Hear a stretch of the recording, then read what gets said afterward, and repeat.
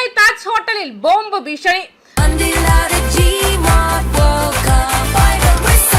ഗോളടിക്കൂ, football സമ്മാനമായി നേടൂ. LED ടിവികൾക്ക് 70% വരെ ഡിസ്കൗണ്ട്. ആഘോഷിക്കൂ ഈ ഫുട്ബോൾ വേൾഡ് കപ്പ് ഗോപുനന്ദിലെ ജിമാർട്ടിനൊപ്പം. ദാവൂദ് ഇബ്രാഹിമിന്റെ പേരിൽ വ്യാജ സന്ദേശം. മുംബൈയിലെ പ്രശസ്തമായ താജ് ഹോട്ടലിൽ ജൂലൈ 12 പുലർച്ചെ ലഭിച്ച ബോംബ് ഭീഷണിയെ തുടർന്ന് സുരക്ഷാ ഏജൻസികൾ വൻ തിരച്ചിൽ നടത്തി.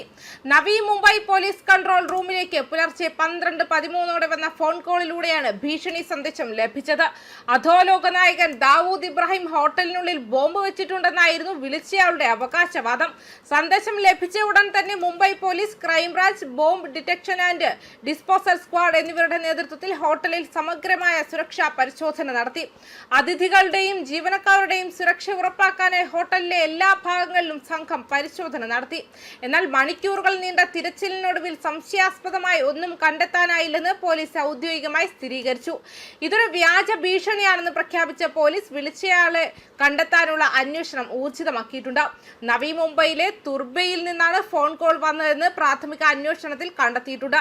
വ്യാജ ഭീഷണി മുഴക്കിയ വ്യക്തിയെ ഉടൻ തന്നെ നിയമത്തിന് മുന്നിൽ കൊണ്ടുവരുമെന്ന് അധികൃതർ വ്യക്തമാക്കി. വ്യാജ ഭീഷണി മുഴക്കിയ ആളുടെ വ്യക്തിത്വമോ എന്തുകൊണ്ടാണ് ഭീഷണി മുഴക്കിയതെന്നോ പോലീസ് ഇതുവരെ വെളിപ്പെടുത്തിയിട്ടില്ല. അന്വേഷണം തുടരുകയാണ്. അതേസമയം അധോലോക കുറ്റവാളി ദാവൂദ് ഇബ്രാഹിമിന്റെയും പ്രസിദ്ധ മയക്കുമരുന്ന് കടത്തുകാരനായ മുഹമ്മദ് സലീം ദോലയുടെയും അടുത്ത സഹായിയെ ഇന്ത്യയിൽ എത്തിച്ചിരുന്നു. തുർക്കിയിൽ നിന്നും സലീം ദോലയെ തിരികെ കൊണ്ടുവരുന്നതിൽ നാർക്കോട്ടിക് കൺട്രോൾ ബ്യൂറോ ഒരു വഴിത്തിരിവ് കൈവരിച്ചതായി കേന്ദ്ര ആഭ്യന്തരമന്ത്രി അമിത് ഷാ പറഞ്ഞിരുന്നു.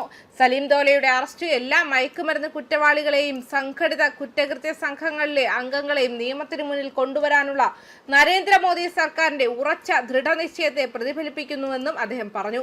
മയക്കുമരുന്ന് സംഘങ്ങളെ നിഷ്കരുണം തകർക്കുക എന്ന മോദി സർക്കാരിന്റെ ദൗത്യത്തിന് കീഴിൽ രാജ്യത്തെ മയക്കുമരുന്ന് വിരുദ്ധ ഏജൻസികൾ ആഗോള ഏജൻസികളുടെ ശക്തമായ ശൃംഖലകളിലൂടെ അതിർത്തികൾക്കപ്പുറത്തേക്ക് നഖങ്ങൾ നീട്ടിയിട്ടുണ്ടെന്ന് ഒരു സോഷ്യൽ മീഡിയ പോസ്റ്റിൽ ഷാ പറഞ്ഞു.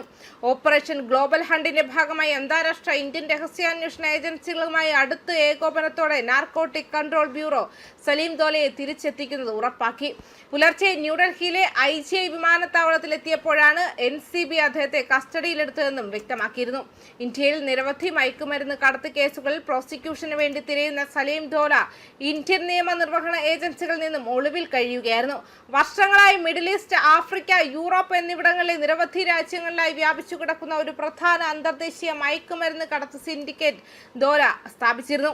മഹാരാഷ്ട്രയിലും ഗുജറാത്തിലും ഉയർന്ന മൂല്യമുള്ള ഹെറോയിൻ, ചരസ്, മെഫെഡ്രോൺ, മെത്താംഫെറ്റാമൈൻ എന്നിവ ഒന്നിലധികം തവണ പിടിച്ചെടുക്കുന്നതുമായി ബന്ധപ്പെട്ട് കേസുകൾ നേരിട്ട് പങ്കെടുത്തത് അദ്ദേഹത്തിന്റെ 2 പതിറ്റാണ്ട് നീണ്ട ക്രിമിനൽ പശ്ചാത്തലങ്ങൾ ഉൾപ്പെടുന്നു. ഇന്ത്യയിലെ ഡൗൺ സ്ട്രീം വിതരണ ശൃംഖലകളിലേക്ക് ഒരു ബൾക്ക് വിതരണക്കാരൻ എന്ന നിലയിൽ ഡോലയുടെ പങ്ക് സ്ഥിരമായി ഉയർന്നു വന്നു. ATS, ഗുജറാത്ത്, മുംബൈ പോലീസ് എന്നിവയും അദ്ദേഹത്തെ അന്വേഷിക്കുന്നു. നേരത്തെ 2025 UAEയിൽ നിന്നും നാടുകടത്തപ്പെട്ടതിനു ശേഷം അദ്ദേഹത്തിന്റെ മകൻ താഹിൽ സലീം ദോലയെയും മറ്റ് കൂട്ടാളികളെയും മുംബൈ പോലീസ് അറസ്റ്റ് ചെയ്തിരുന്നു. തുർക്കിയിലെ അധികാരികൾ, ഇന്റർപോൾ, ഇന്ത്യൻ ഏജൻസികൾ എന്നിവ തമ്മിലുള്ള അടുത്ത സഹകരണത്തിനും ഏകോപിത നടപടിക്കും ഉദാഹരണമാണ് ഈ ശ്രമമെന്ന് ആഭ്യന്തര മന്ത്രാലയം വ്യക്തമാക്കി. ന്യൂസ് ഡെസ്ക്, കർമ്മ ന്യൂസ്.